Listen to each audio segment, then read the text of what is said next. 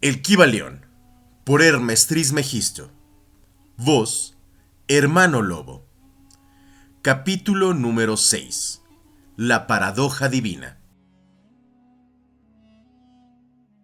El sabio a medias, reconociendo la irrealidad relativa del universo, se imagina que puede desafiar sus leyes. Ese no es más que un tonto vano y presuntuoso, que se estrellará contra las rocas y será aplastado por los elementos en razón de su locura. El verdadero sabio, conociendo la naturaleza del universo, emplea la ley contra las leyes, las superiores contra las inferiores, y por medio de la alquimia transmuta lo que no es deseable en lo valioso, y de esta manera triunfa. La maestría consiste no en sueños anormales, visiones o imágenes fantasmagóricas, sino en el sabio empleo de las fuerzas superiores contra las inferiores. La transmutación es el arma del maestro, el Kybalión.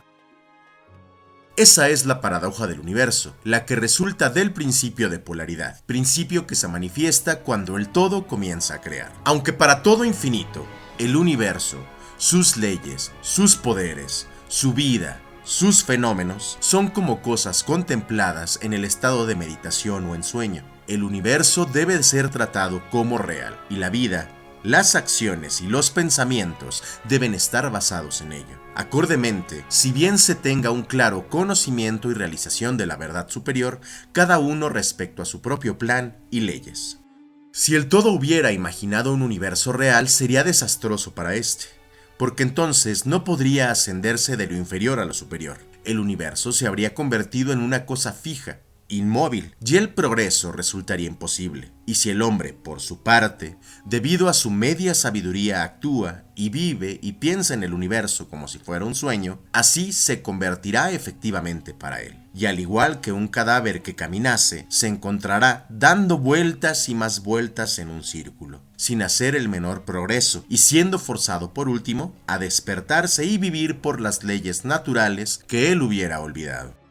Conservad siempre la mente fija en la estrella, pero mirad dónde ponéis los pies. No vayáis a hundirlos en algún abismo. Recordad la paradoja divina que afirma que si bien el universo no es, sin embargo es, recordemos siempre los dos polos de la verdad, lo absoluto y lo relativo. Guardémonos de las verdades a medias.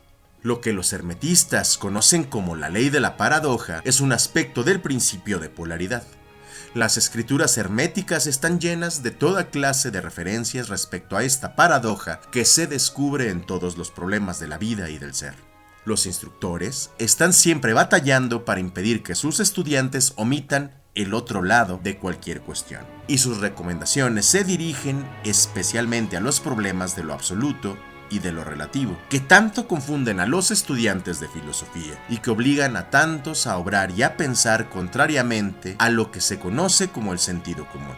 Recordemos mucho a nuestros estudiantes el que aseguren de haber comprendido bien la paradoja divina de lo absoluto y de lo relativo, evitando el ser hipnotizados por el falso miraje de la verdad a medias. Desde este punto de vista ha sido escrita esta lección. Leedla cuidadosamente. La primera idea se le ocurre al pensador que ha comprendido y realizado la verdad de que el universo es una creación mental del todo. Es la de que el universo y todo cuanto éste contiene son pura ilusión, una irrealidad, contra cuya idea se revuelve instantáneamente. Pero esto, al igual de otras grandes verdades, debe ser considerado desde los puntos de vista absolutos. El universo es, por supuesto, una ilusión, un sueño, una fantasmagoria si se compara con el todo en sí mismo. Esto lo reconocemos nosotros mismos cuando hablamos del mundo como un sueño, que va y viene, que nace y muere. Desde el momento que todo lo que es mudable, que cambia, que es finito e insustancial, debe estar ligado a la idea de un universo creado cuando se compara con el todo mismo, no importando cuál puede ser nuestra creencia respecto a la naturaleza de ambos. Filósofos, metafísicos, científicos y teólogos, Todos están de acuerdo sobre ello, y esta concepción se encuentra en todos los sistemas filosóficos y religiosos, así como en las respectivas teorías de las escuelas metafísica y teológicas. Las enseñanzas herméticas no predican la insustanciabilidad del universo en términos más fuertes que los que son más familiares, aunque la exposición del asunto pueda pareceros algo más contundente. Todo cuanto tenga un principio y un fin, en cierto sentido debe ser irreal e ilusorio, y el universo se encuentra en este caso, sea cual sea el sistema de las escuelas del pensamiento. Desde el punto de vista absoluto, no hay real excepto el todo, no importando los términos que empleemos al pensar sobre ello o al discutirlo. Bien sea que el universo haya sido creado de materia, o bien sea la creación mental en la mente del todo, es insustancial, mudable, sujeto al tiempo, al espacio y por lo tanto al cambio. Debemos comprender y sentir bien esto antes de pensar y examinar la concepción hermética de la naturaleza mental del universo. Examina cualesquiera otras concepciones y ver si existe alguna verdad que no lo admita. Mas el punto de vista absoluto muestra únicamente un lado de la cuestión, siendo el otro el aspecto relativo de la misma. Las verdades absolutas han sido definidas como las cosas tal como se conoce y se ve en la mente de Dios, mientras que las verdades relativas son las cosas tal como la más elevada razón del hombre y cómo las comprende.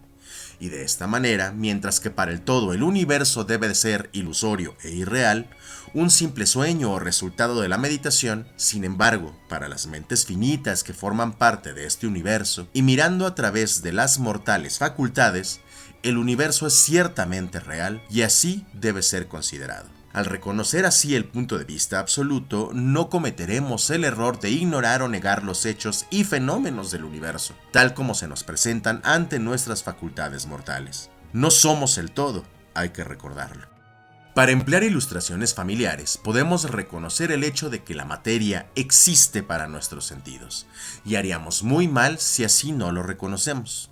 Y a pesar de ello, nuestra mente finita reconoce la verdad científica de que no hay tal materia desde el punto de vista de la ciencia, y que lo que llamamos materia no es más que un agregado de átomos, los cuales a su vez no son más que unidades de fuerza agrupadas que llamamos electrones o iones, vibrando constantemente con movimiento circular. Golpeamos una piedra y sentimos el impacto, parece ser real, y a pesar de ello sabemos que no es más que lo ya expuesto. Pero recuerden que nuestro pie, que siente el golpe mediante la intervención del cerebro, es similarmente materia constituida por electrones, y porque de esa materia está hecho también nuestro cerebro. Y por último, si no fuera por la mente, no sabríamos nada ni del pie ni de la piedra absolutamente. Además, el ideal que un artista o escultor tratan de reproducir en el mármol o en el lienzo les parece muy real. Igualmente sucede con los personajes que crea la mente de un autor teatral, quien trata de expresarlos para que los demás puedan reconocerlos. Y si esto fuera cierto en el caso de nuestras mentes finitas, ¿cuál sería el grado de realidad de las imágenes mentales creadas en la mente del infinito?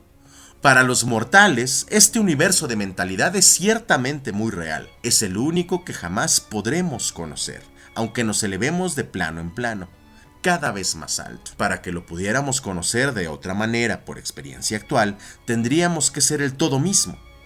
Es muy cierto que cuando más nos elevamos en la escala, tanto más cerca nos encontramos de la mente del Padre, y tanto más evidente se hace la naturaleza ilusoria de las cosas finitas. Pero hasta que el todo no nos absorba finalmente dentro de él mismo, no se desvanecerá la visión. De manera pues que no necesitamos basarnos en esa ilusión. Reconozcamos más bien la verdadera naturaleza del universo y tratemos de comprender sus leyes mentales, esforzándonos en emplearlas en la forma más efectiva para nuestro progreso ascendente en toda la vida conforme vamos viajando de un plano a otro del ser. Las leyes del universo no dejan de ser leyes de hierro, porque sean de naturaleza mental. Todos, excepto el todo, están sujetos a ellas. Lo que está en la infinita mente del todo es real, solo un grado menos que la realidad misma que constituye la naturaleza del todo. No nos sintamos, pues, inseguros o temerosos. Sintámonos firmemente sostenidos en la mente infinita, y nada existe que pueda dañarnos o causarnos miedo. No hay poder alguno fuera del todo que pueda afectarnos. Podemos permanecer tranquilos y seguros, y en esta realización, una vez alcanzada, existe una plenitud de seguridad y de calma. Entonces dormiremos serenamente sobre la firmeza inconcebible de lo profundo, y descansaremos seguramente sobre el océano de la mente infinita que constituye el todo. En él, ciertamente, vivimos, nos movemos y tenemos nuestro ser. La materia no es menos materia para nosotros mientras permanezcamos en este plano, aunque sepamos que no es más que un agregado de partículas de fuerza o electrones que vibran rápidamente, girando unas en torno a otras en la formación de los átomos. Los átomos a su vez giran y vibran y forman así las moléculas, y la agrupación de estas últimas componen las grandes masas de materia. Y no será menos materia por el hecho de que, cuando avancemos en nuestra investigación, sepamos que la fuerza cuyas unidades son los electrones no son a su vez más que unidades de manifestación de la mente del todo, y que como todo lo demás en el universo es puramente mental en su naturaleza. Aunque en el plano de la materia tenemos que reconocer sus fenómenos, podemos dominarla aplicándoles las fuerzas superiores. Cometeríamos así una locura si negáramos la existencia de la materia en ese aspecto relativo. Podemos, sí, negar su dominio sobre nosotros, está bien, pero debemos intentar ignorarla en su aspecto relativo, por lo menos mientras vivamos en este plano. Las leyes de la naturaleza tampoco se hacen menos constantes o efectivas por el hecho de que las conozcamos y sepamos que son simples creaciones mentales. Obran plenamente en todos los planos, y nos liberamos de las leyes interiores aplicándoles las superiores, y solo podemos conseguirlo de esta manera. Pero no podemos escapar a la ley o elevarnos por encima de ella completamente. Nadie, sino el todo, puede escapar a la ley, y esto es debido a que el todo es la ley misma de la cual emanan todas las demás. Los más avanzados maestros pueden adquirir los poderes que se atribuyen generalmente a los dioses, y existen muchos grados del ser en la gran jerarquía de la vida, cuyos poderes trascienden hasta los de los más elevados maestros, en un grado inconcebible para los mortales. Pero hasta el maestro más grande y el ser más elevado debe inclinarse ante la ley, y son como nada ante los ojos del todo. Así que si hasta estos elevados seres cuyos poderes exceden a los atributos por el hombre y a sus dioses están sujetos y sirven a la ley, imagina la presunción del mortal de nuestra raza cuando mira las leyes de la naturaleza como irreales, visiones e ilusorías, porque ha podido alcanzar a ver que estas leyes son de naturaleza mental o simples creaciones del todo. Estas leyes que el todo quiere que rijan no pueden ser desafiadas o transgredidas. Mientras subsista el universo, subsistirán, porque aquel existe en virtud de estas leyes, las que forman la trama o el esqueleto en que el universo se apoya. El principio hermético del mentalismo, a la vez que explica la verdadera naturaleza del universo sobre la base de que todo es mental, no cambia las concepciones científicas del universo, de la vida o de la evolución. En realidad, la ciencia no hace más que corroborar las enseñanzas herméticas. Estas últimas enseñan que la naturaleza del universo es mental, mientras que la ciencia afirma que es material, o según sus últimas noticias, que es energía en el último análisis. Las enseñanzas herméticas tampoco están en pugna con el principio básico de Herbert Spencer, que postuló la existencia de una energía infinita y eterna de la cual proceden todas las cosas.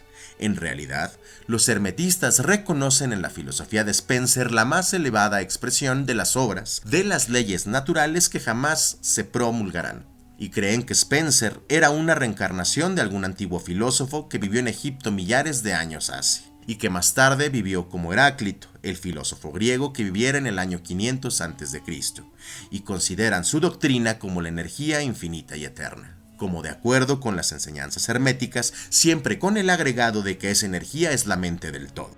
Con esta clave maestra de la filosofía hermética puede el estudiante de Spencer abrir muchas puertas de las concepciones filosóficas internas del gran filósofo inglés, cuyas obras demuestran los resultados de su preparación en sus encarnaciones anteriores. Sus enseñanzas respecto a la evolución y al ritmo están casi de perfecto acuerdo con la doctrina hermética referente al principio del ritmo. Así pues, el estudiante no necesita dejar a un lado los puntos de vista científicos del universo. Todo lo que se le pide es que comprenda el principio básico de que el todo es mente, de que el universo es mental, sostenido firmemente en la mente del todo, y encontrará que los otros 6 principios concuerdan perfectamente con este conocimiento científico y servirán para dilucidar plenamente los puntos oscuros. No hay que maravillarse de ello si se considera la influencia que el pensamiento hermético ejerce sobre los filósofos primitivos de Grecia, sobre cuyas doctrinas descansan en gran parte las teorías de la ciencia actual. La aceptación del primer principio hermético, el del mentalismo, es la única gran diferencia entre la ciencia moderna y los estudiantes herméticos, y la ciencia se va dirigiendo gradualmente hacia este punto, conforme avanza a través de la oscuridad y va encontrando su camino en el laberinto que se ha metido en busca de la realidad. El objeto de esta lección es imprimir en la mente del estudiante el hecho de que el universo y sus leyes y sus fenómenos son tan reales en lo que al hombre concierne como lo serían bajo la hipótesis del materialismo y de la energía. Bajo cualquier hipótesis, el universo en su aspecto externo está siempre cambiando y es transitorio, y por consiguiente está desprovisto de la realidad substancial. Pero, y nótese el otro polo de la verdad, bajo cualquiera de dichas hipótesis, estamos obligados a obrar y a vivir como si esas cosas fugaces fueran reales y sustanciales. Con esta diferencia siempre que según las doctrinas se ignoraba el poder mental como fuerza natural, mientras que ahora vemos que el mentalismo es la mayor fuerza en esta clase. Y esta sola diferencia basta para revolucionar la vida de aquellos que comprenden el principio y la práctica y las leyes resultantes. Por último, una vez que se comprenda la ventaja del mentalismo, se aprende a conocer, emplear y aplicar las leyes resultantes.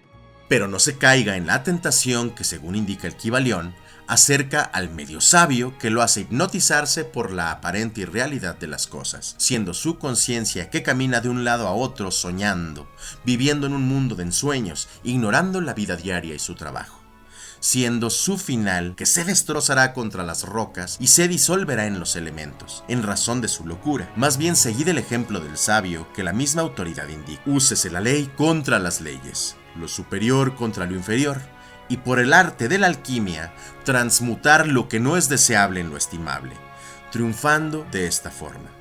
De acuerdo con esta doctrina, debe evitarse la media sabiduría, que es locura y que ignora la verdad de que el dominio consiste no en ensueños anormales o visiones y fantásticas imaginaciones, sino en emplear las fuerzas superiores contra las inferiores, escapando así de los dolores de los planos inferiores mediante la elevación a los superiores. Recuérdese siempre que la transmutación y no la negación presuntuosa es el arma del maestro.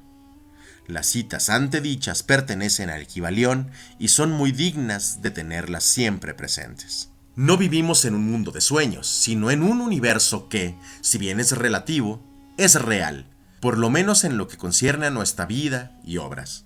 Nuestra misión en el universo no es negar su existencia, sino vivir, empleando debidamente sus leyes para ascender de lo inferior a lo superior, viviendo y haciendo lo mejor que podamos dentro de las circunstancias que surgen cada día, y viviendo todo lo posible nuestras más elevadas ideas e ideales. El verdadero significado de la vida no es conocido por el hombre en este plano, pero los más sabios y nuestras propias intuiciones también nos enseñan que no nos equivocaremos al tratar de vivir lo mejor posible y realizar la tendencia universal en el mismo sentido, a pesar de las aparentes evidencias en su contra. Todos estamos en el camino, y esta vía va siempre ascendiendo con frecuentes sitios de reposo. Léase el mensaje del Kybalión y sígase el ejemplo del sabio, evitando el error del medio sabio que perece en razón de su locura.